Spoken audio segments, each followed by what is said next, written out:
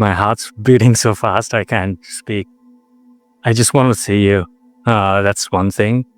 And Today feeling pretty good to you? oh my God, it's amazing. I'll take like 10 seconds. Hold on. It's amazing. It's great. Like I found Abraham's just about an year ago. Actually, tomorrow it's gonna be an year. So it's things been great. Things are perfect. Do you know what you like most of all? Of all the things, you like clarity. Because you are someone who considers deliberately, looks for solutions, and knows them when you find them. That's why you're feeling satisfaction here today. So what leading edge, what new thing burst into your mind as you were sitting here this morning? Thanks for asking. You know, I honestly, I don't have a problem. We know. We don't either. That makes us good together. Like I said, I found you a year ago, but so things are perfect right now. So I came to this place over a thought which crossed my mind about 5 years ago. I just wanted to tell you that. Maybe you can just say, okay, we can just leave after. I thought that this is how everything started.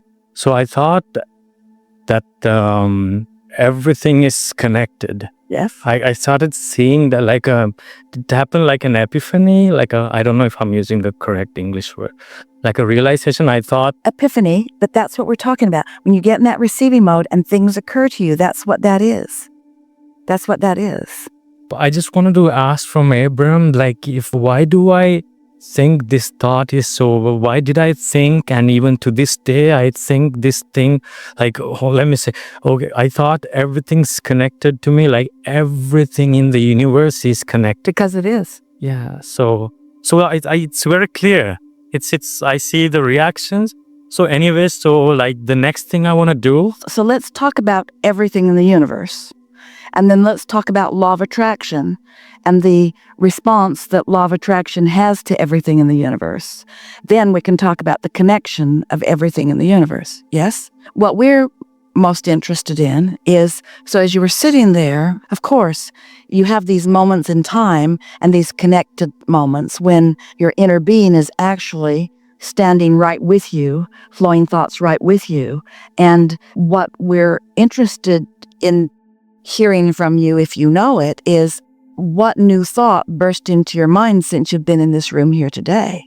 Because every day more of that connection happens. What you want to call the starting point of that explosion in your mind 5 years ago is continuing in every moment, every moment, every moment, every moment, every moment. Every second. Yeah.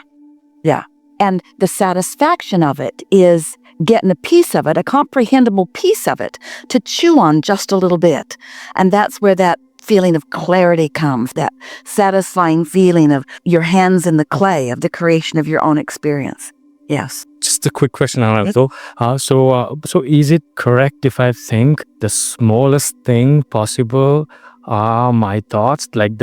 So if I tell someone that my youth or whatever, but thoughts are the smallest, maybe the building block or the smallest particle possible in this universe, is it correct if I think? Well, you can call it the building blocks, but here's the thing. This is why your thought, that explosive thought about everything being connected, there's no singular thought. Law of attraction takes those small thoughts and builds current and momentum and streams out of them. So there's no individual singular thought. Law of attraction makes them instantaneously bigger. And thoughts are not small in the sense that they are insignificant. They are everything. Let's talk about vibration, and let's talk about law of attraction's response to vibration.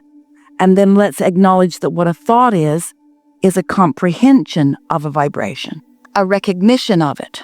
So, for example, this is something you ask yourselves all the time. It's really amusing to watch you. If a tree falls in the forest and there's no one there to hear it, did it make a sound?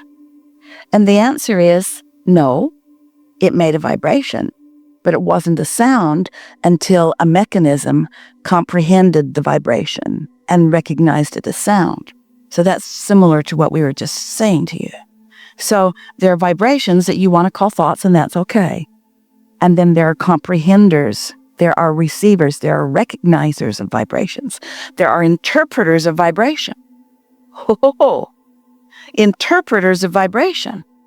So when you decide that you're going to couple up, join your inner being, that you're going to become one with your inner being who has all of this wisdom and all of this momentum and all of this knowing, and you stop those silly thoughts of disregard for yourself or disregard for others or anything that's pushing against, usually through lobotomy or meditation, and you allow your vibration to rise, and now you're in full concert with your inner being. Now your clarity/comprehension of vibration is just off the charts.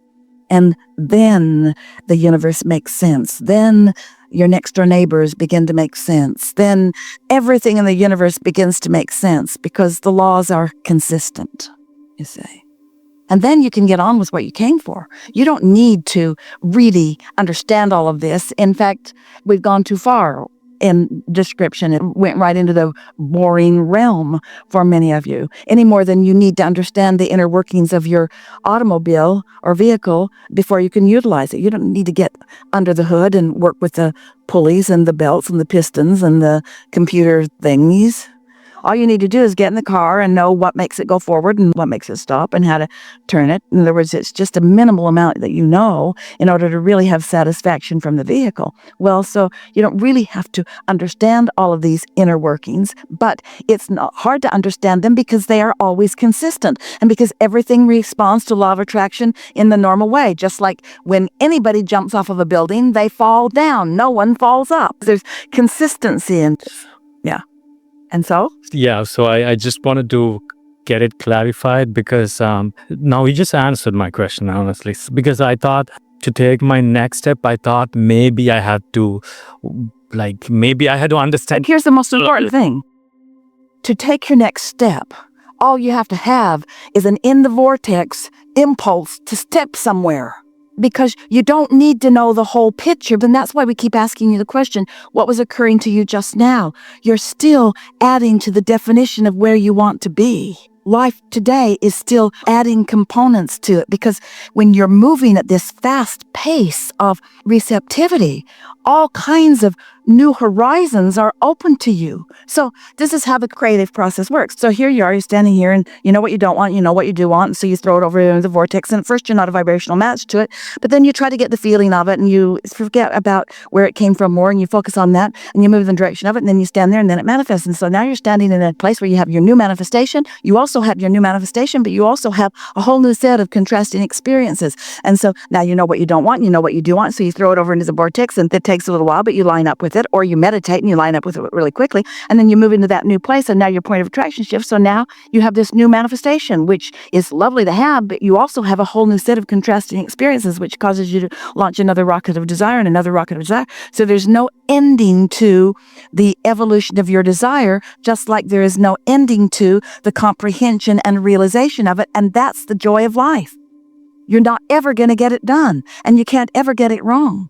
So you don't want to fast forward to know all the steps. You just want to know the step that you feel inspired to now. And you just want the step that you're inspired to now, the impulse to come from this connected mode, which leads us to something that we really want to say, and you're really in a receptive place to hear it. It's really a good idea throughout the day as thoughts come into your mind or as experiences come, but mostly as thoughts come into your mind, that you ask yourself, what receptive mode am I in? As long as you're awake and conscious, your mind is receiving. But are you receiving your signals from CNN? Are you receiving your signals from your inner being? Are you receiving them from your dwelling on some past event? What receptive mode are you in? And the more you care about satisfaction and the more you reach for satisfying thoughts and the more you make lists of positive aspects and the more you rampage your appreciation and the more you savor and milk from pleasurable moments, your awareness that you're having pleasure, and the more that you meditate and acknowledge what it feels like to be tuned in, tapped in, turned on, the more consciously aware you are of what satisfaction really feels like, the more you will know when you're not really in a satisfying mode. The more you will know when you're receiving from something that is less beneficial. And then, on you go to this joyful life experience where a thought occurs and you follow it and it's sweet and timing is good and others join you and it's delicious. And every night when you go to bed, you think, This was such a glorious day. I'll have more of these, please.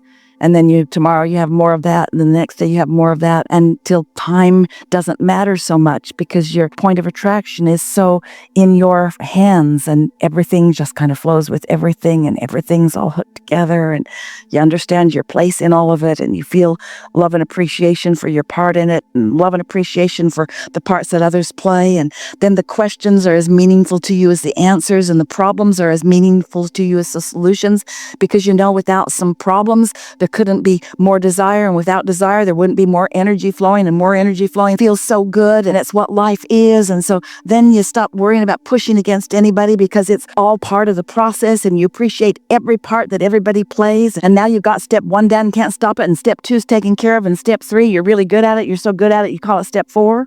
You're the master of step 3, which is what step 4 is. And then the best of all happens, step 5. You're having another contrasting moment and loving every bit of it because you understand the value of the variety. We have enjoyed our time with all of you immensely here today. We have enjoyed the vibrational wings that you flew in on and the difference in your point of attraction. That's what we are most interested about. We can feel that your awareness of yourself shifted a little bit today, and that in your awareness of yourself shifting, you've come more into vibrational alignment with your inner being's awareness of you. And that's a big deal because your inner being has been focused with you, flowing with you, thinking about you, listening to you, and offering impulses and suggestions and soothing for as long as you've been in this physical body. But the difference that has happened today is that you have comprehended what your awareness of your inner being means. And most important, you now have a definitive way of measuring moment by moment whether you are in alignment with that or not, which means we haven't projected these vibrations to Esther before, so give her a moment to find the analogy or the words, which means that the leverage that we've been talking about, the leverage of non-physical alignment that we've been talking about, is so much more pronounced now than it has been before, that you can expect, you use the word quantum leap, and we've never encouraged it, but you can expect meaningful advances on things that matter most to you in a way that you have not experienced before. In other words, this is a time that we want to encourage your heightened expectation, but not to the point that you allow yourself disappointment. Can you feel the fine line? It's like Jerry's piping in. He's got the best analogy. He thinks it's the appropriate time for it. Put your basket out there far enough that it thrills you when you make it, but not so far that you can't make it. Good analogy. You want to do whatever you can to keep the disappointment factor down and whatever you can to keep the satisfaction factor up. It really is as simple as that. So if you've been listening to us for a while and you've been seeing us talking or heard us talking about the emotional scale, and with elation and love and appreciation all the way into that good feeling place, and depression and grief all the way in that bad feeling place. And right there, smack dab in the middle of that emotional scale, if you want to take a look, it's in the Ask and It Is Given book, is satisfaction. It says contentment, but we mean the same thing by it, which means that that really is the tipping point. That really is the tipping point. So often when you think of, I'm so disappointed, well, you can't find the other end of that. There's too much diversity in the vibrational variance. Or when you think of being unhappy and you want to be happy, it's too much of a leap. But more and more, as you just ask yourself the simple question, is this thought that I'm thinking satisfying or not? And you develop an aptitude to know the difference. Then what will happen as you lean satisfying, it will pick up speed, to the point that you'll be able to make this equation and this relationship in emotions within yourself. And this is what we wish for all of you. We would like you to ask, am I satisfied or am I grieving? Well, It's a lot easier for you to find satisfaction on that end of the scale than it is the things that you think are the opposite of grieving. So if you reach for satisfaction, you're going to find it.